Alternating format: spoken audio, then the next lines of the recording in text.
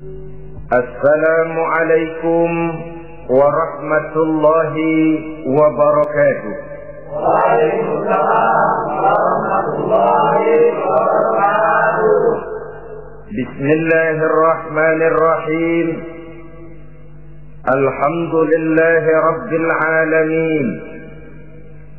Wal 'aqibatu lil muttaqin. ولا عدوان إلا على الظالمين والصلاة والسلام على أشرف الأنبياء والمرسلين سيدنا ومولانا محمد وعلى آله وأصحابه المجاهدين الطاهرين أما بعد. Saudara-saudara kaum muslimin rahimakumullah, setiap kita muslim di dalam kehidupan ini selalu ingin dicintai oleh Allah Subhanahu wa ta'ala, dan tidak seorang pun di antara kita yang hidup ingin dimurkai oleh Allah Subhanahu wa ta'ala.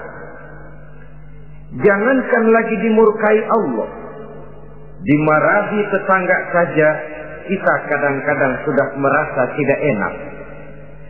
Padahal bagaimanapun, kalau sekadar dimarahi tetangga, kita masih bisa menghindar, pergi atau pindah ke tempat lain. Tahun depan kita kembali lagi, barangkali sudah bisa berdamai. Tapi jikalau Allah yang murka kepada kita, padahal alam ini adalah miliknya belaka, rasanya kemana lagi langit tempat kita bernaung, dan kemana lagi bumi tempat kita berpijak. Setiap orang ingin dicintai Allah, tapi tidak setiap orang mau melakukan perbuatan-perbuatan yang kalau dikerjakannya Allah akan cinta kepadanya. Dan setiap orang tidak ingin dimurkai Allah, tapi orang kadang-kadang tanpa sadar melakukan perbuatan-perbuatan yang justru dimurkai oleh Allah Subhanahu wa ta'ala. Pada pertemuan kali ini ingin saya sampaikan kepada hadirin satu hadis qudsi di mana Allah Subhanahu wa ta'ala berfirman melalui lisan Nabi besar Muhammad sallallahu alaihi wasallam, Uhibbu salasan wa hubbi li salasin ashad. Aku cinta, kata Allah, kepada 3 macam golongan manusia, tapi aku lebih cinta lagi kepada yang 3 macam lagi. Jadi ada yang sekedar dicintai Allah, ada yang lebih lagi dicintai oleh Allah Subhanahu wa ta'ala. Siapa mereka? Mari kita ikuti satu persatu isi daripada hadis qudsi ini. Yang pertama, uhibbu ahlas safa. Aku cinta, kata Allah, kepada orang-orang yang pemurah. Aku cinta kepada orang-orang yang ringan tangan, mempunyai kepekaan sosial yang tinggi, gemar menolong orang yang memang memerlukan pertolongan. Aku cinta kepada orang-orang yang semacam itu. Saudara-saudara kaum muslimin rahimakumullah, di zaman sekarang ini, seiring dengan makin tajamnya persaingan hidup, makin tingginya tensi ekonomi, antara tenaga kerja yang masuk pasaran dengan lapangan kerja yang tersedia jauh dari memadai, gaya hidup orang semakin konsumtif, semakin individualis. Timbullah sikap hidup elu-elu, gua-gua. Kepekaan sosial mulai lentur dan luntur, tapi tidak terwujud di dalam kehidupan sehari-hari. Padahal agama mengajarkan Allah cinta kepada orang-orang yang bermurah tangan, gemar melakukan pertolongan, peka melihat penderitaan dan kesulitan orang lain. Adalah Allah melebihkan rezeki sebagian kita dari yang lain. Dimaksudkan untuk saling tolong-menolong, bahu-membahu dan bantu-membantu. Sehingga dengan demikian, apa yang disabdakan Nabi dalam hadis, Ar-Rahimuna yarhamuhumur Rahman, irhamu ahlal ardi yarhamkum man fis sama. Orang-orang yang punya sifat belas kasih akan dikasihi oleh Allah Subhanahu wa ta'ala. Sayangi yang di permukaan bumi, nanti yang di langit akan sayang kepadamu. Akan turun rahmatnya kepada kita bersama. Alangkah nikmatnya kehidupan ini, jikalau yang berkuasa menyayangi yang lemah lalu melindunginya, jikalau yang alim menyayangi yang awam lalu membimbingnya, jikalau yang kaya menyayangi yang miskin lalu mengulurkan tangan memberikan bantuannya, akan terciptalah rahmat dalam kehidupan. Tapi jikalau sebaliknya, yang berkuasa malah menindas dan menekan yang lemah, yang alim malah membodoh-bodohi yang memang sudah bodoh, sementara yang kaya menyantap yang miskin, akan terjadilah bala dan bencana dalam kehidupan. Bukan lagi rahmat yang turun, melainkan azab akan menimpa kita secara keseluruhan. Begitulah terdapat tirai halus yang memisahkan kita dari konsep ajaran agama kita yang luhur. Agama mengajarkan yadul ulya khairun min yadi sufla, bahwa tangan di atas lebih baik daripada tangan yang di bawah. Orang yang memberi lebih baik daripada orang yang menerima. Tapi yang kita praktekkan, kita selalu berada pada posisi tangan di bawah, menjadi umat yang manja, yang lemah, padahal bukan tidak punya potensi, tapi mungkin karena kita tidak pandai menginventarisir potensi. Kadang-kadang ada panitia pembangunan masjid, membangun masjid, meletakkan batu pertama sekaligus jadi batu terakhir. Setelah itu la yamutu wa la yahya, hidup tidak kelihatan geraknya, mati pun tidak ketahuan kuburannya. Masjid impoten, pesantren terbengkalai, majelis taklim terlunta-lunta, rumah sakit Islam tak kunjung selesai. Tidak adakah orang Islam yang kaya? Banyak. Tidak adakah orang Islam yang punya posisi kunci, posisi basah, posisi menentukan? Banyak. Secara jujur kita harus berkata, yang belum banyak ialah yang mau berbuat atas nama dan demi kepentingan agamanya. Kita juga bukan tidak punya potensi. Kita tidak pandai menginventarisir potensi untuk kepentingan dan kemaslahatan kita bersama. Saudara-saudara kaum muslimin rahimakumullah. Dengan demikian, kita bisa lihat dalam kehidupan sehari-hari di masjid misalnya. Itu kalau hari Jumat kadang-kadang kita sengaja mau berangkat sholat Jumat tidak bawa uang. Maka yang paling lancar di masjid, kotak. Saudara boleh lihat kotak itu. Dari sudut ke sudut hampir tidak pernah macet. Lancar betul jalannya. Sekali macet, kotak.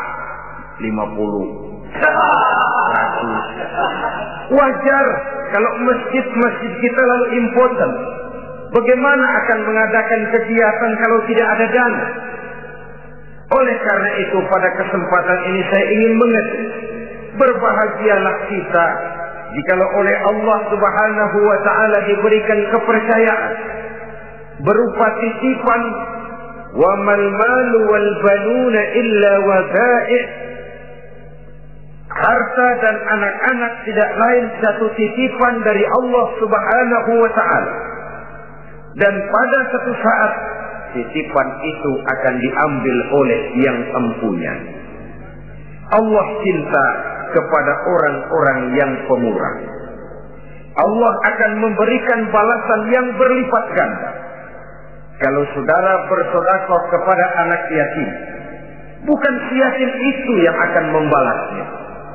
Kalau saudara membantu pembangunan masjid, bukan panitia masjid yang akan memberikan ganjarannya.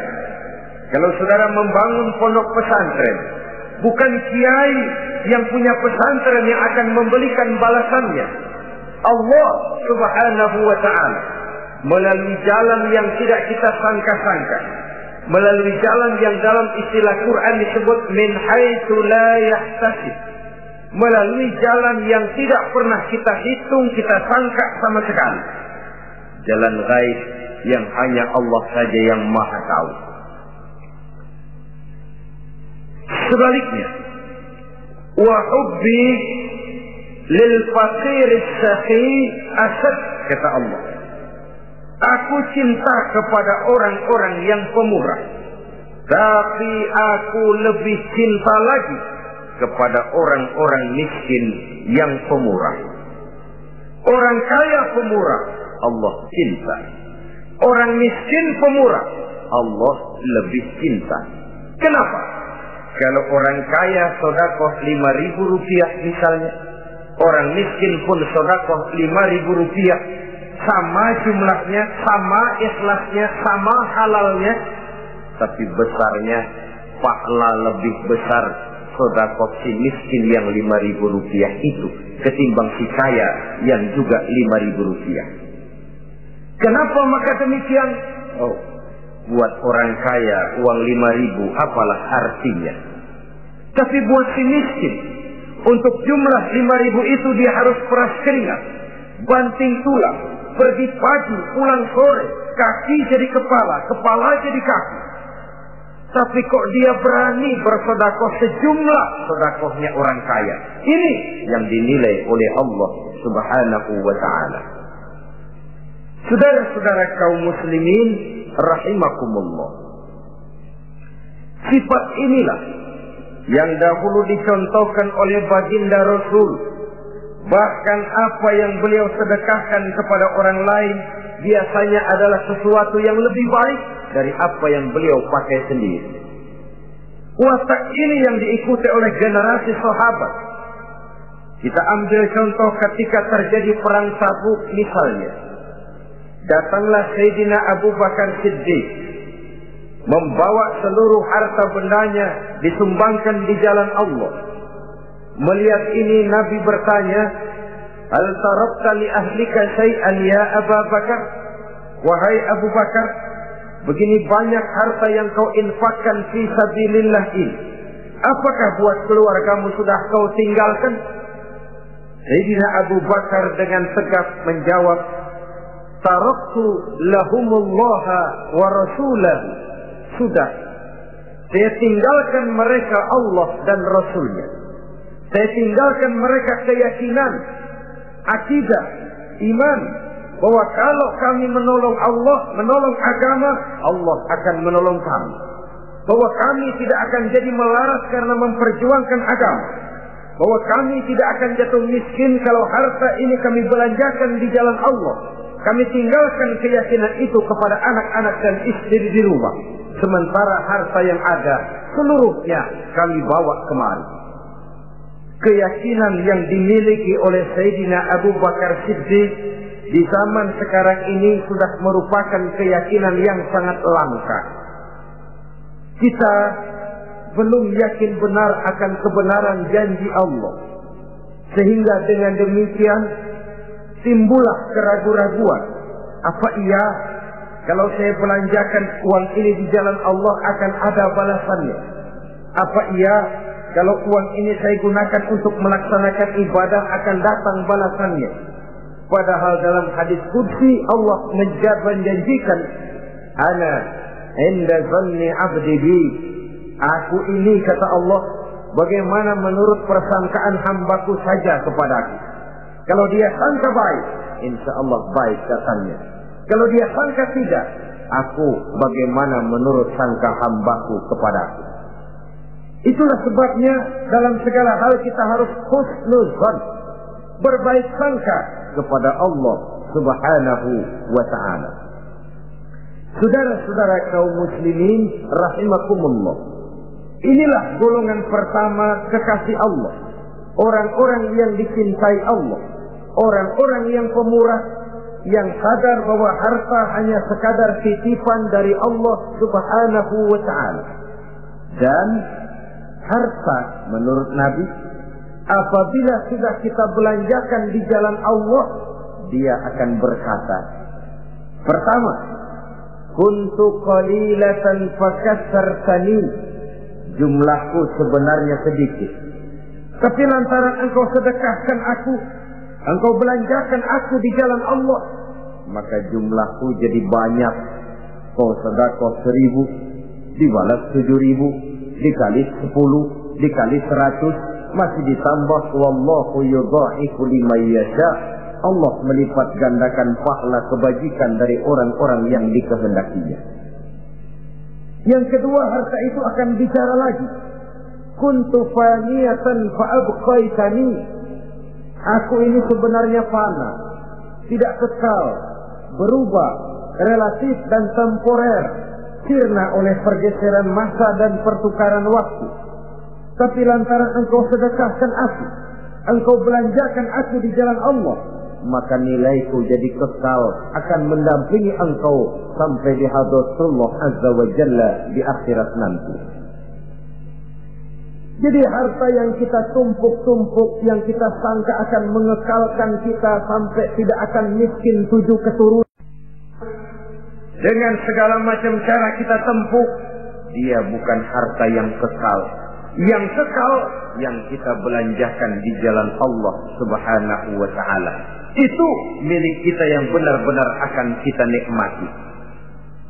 Yang ketiga, harta itu akan berkata lagi, kunta harisi fal ana sirtu harisaka, dahulu kamulah yang menjaga saya, tapi sekarang setelah saya sedekahkan, setelah engkau sedekahkan aku, setelah engkau belanjakan aku di jalan Allah, bukan engkau lagi yang jaga aku, kata si harta, akulah yang akan menjagamu.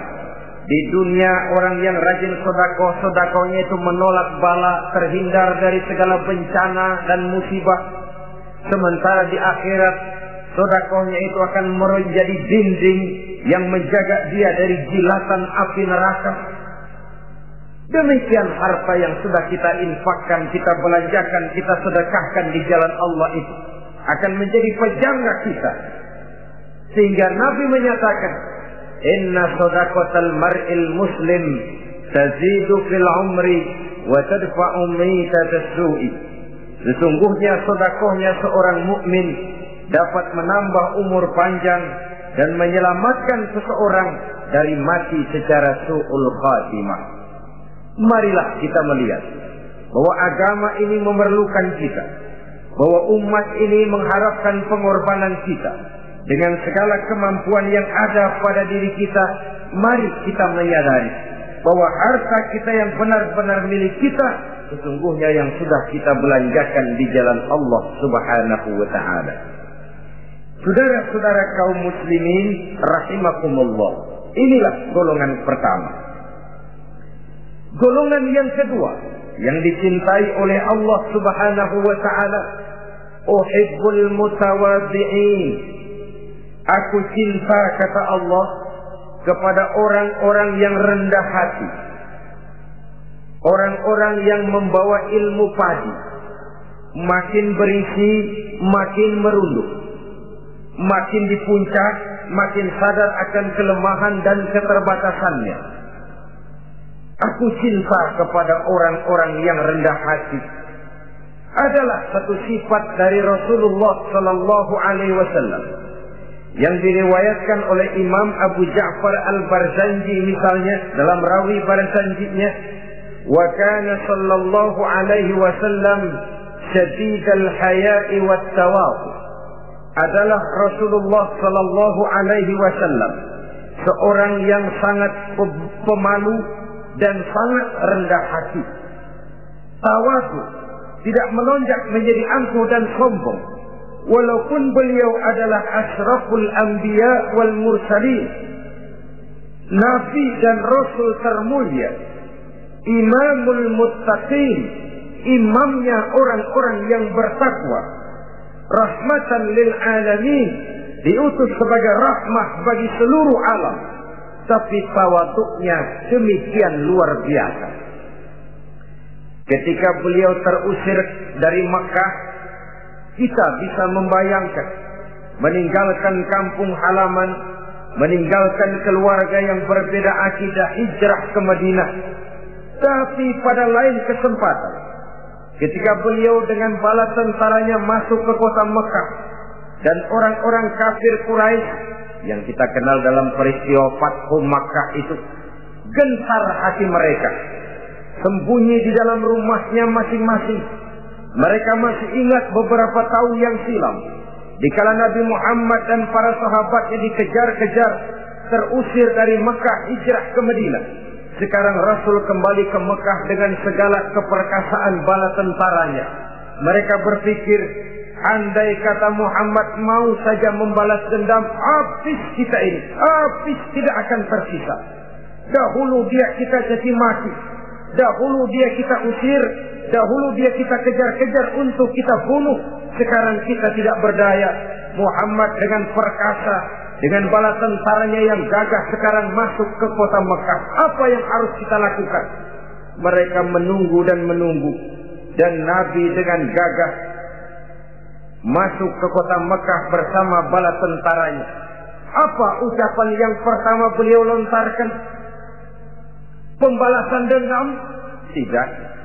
Mencari orang-orang yang dulu mengejar, memusuhi, mengancam akan membunuhnya? Tidak. Beliau tidak teriak-teriak, mana itu Abu Jahal, mana itu Abu Lahab, mana itu Abu Sufyan, mana itu dulu orang-orang yang memusuhi saya dan sahabat saya, ayo keluar kalau berani, ha? Tidak. Pidato ucapan pertama yang keluar dari bibir yang mulia itu sungguh di luar perkiraan kufar Quraisy. Apa jawab Nabi? Pidato Nabi, al-yauma yaumul marhamah. Tuan-tuan para Quraisy, tidak usah khawatir. Hari ini adalah hari yang penuh kasih sayang. Saya masuk ke kota Makkah semata-mata untuk menunaikan ibadah. Tidak akan ada balas dendam, tidak akan ada pertumpahan darah. Siapa yang masuk ke Masjidil Haram dia aman. Siapa yang masuk ke Masjidil Haram dia tenang, tidak akan diganggu barang sedikit pun. Bersih hatinya dari balas dendam. Tidak ada watak untuk menunjukkan kepongahan pada beliau berada di puncak kejayaan. Tidak. Ini yang disebut sadidul haya wa tawadhu.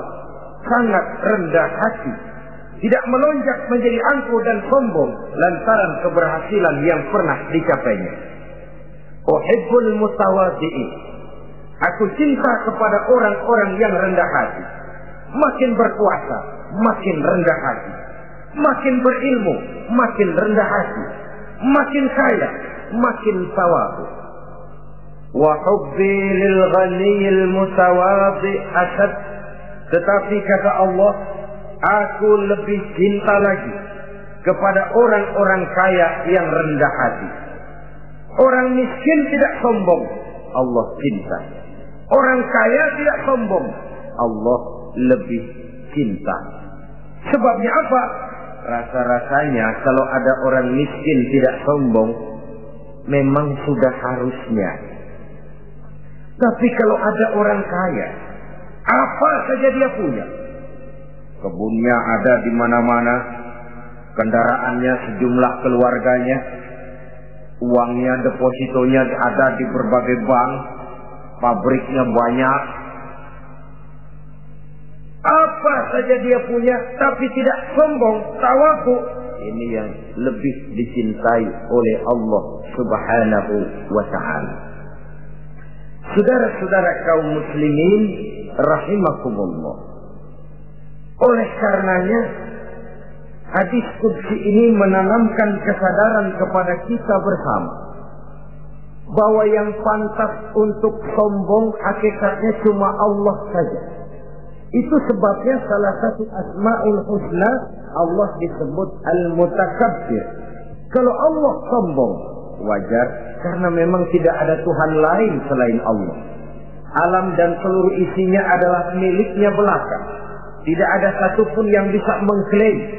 Al-Mutakabbir huwallah.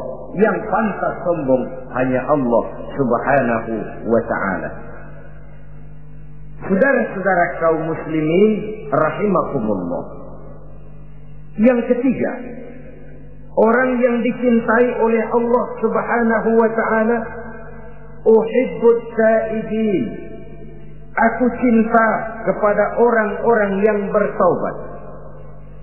Kepada orang-orang yang apabila berbuat kesalahan, dia segera sadar, dijadikannya kesalahan itu sebagai satu pelajaran untuk tidak diulanginya lagi pada masa yang akan datang. Adalah lebih baik kita mulai dari kertas yang kelabu, hitam sekalipun, kalau akhirnya akan menjadi lembaran-lembaran yang putih, ketimbang kita mulai dengan lembaran yang putih, kalau akan ditutup dengan lembaran-lembaran hitam noda yang tidak berhapus. Allah Subhanahu wa ta'ala Maha Pengampun, Pengasih dan Penyayang. Ia akan memaafkan segala perbuatan yang bersifat salah dari hamba-hambanya, asalkan tidak diulanginya lagi. Manusialah yang sering kejam, membiarkan dirinya larut dan hanyut diseret arus dosa. Ia sadar itu satu kesalahan, tapi tidak berupaya untuk menyelamatkan dirinya sendiri. Apakah itu berupa yang namanya judi, minuman keras, menipu orang lain, durhaka kepada kedua orang tua, jahat kepada tetangga, suka memfitnah orang lain. Dibiarkan dirinya hanyut di dalam lembah dosa tanpa upaya penyelamatan sama sekali. Atau kadang-kadang mengulur waktu. Nanti saja sudah tua-tuaan tobatnya. Padahal waktu tidak pernah main-main. Uhibbut taibin. Aku cinta kepada orang-orang yang mau bertobat. Wa hubbi lisabit taib asad. Tapi aku lebih cinta lagi kepada orang-orang muda yang mau bertobat. Apabila orang tua bertobat, Allah cinta. Anak muda bertobat, Allah lebih cinta. Dalam usia mudanya, di mana darah masih mengalir dengan panas, sejuta khayal dan keinginan masih bersemi di dalam benaknya, dia sanggup blokir semua itu, disalurkannya di jalan Allah. Allah cinta sekali kepada orang-orang semacam itu.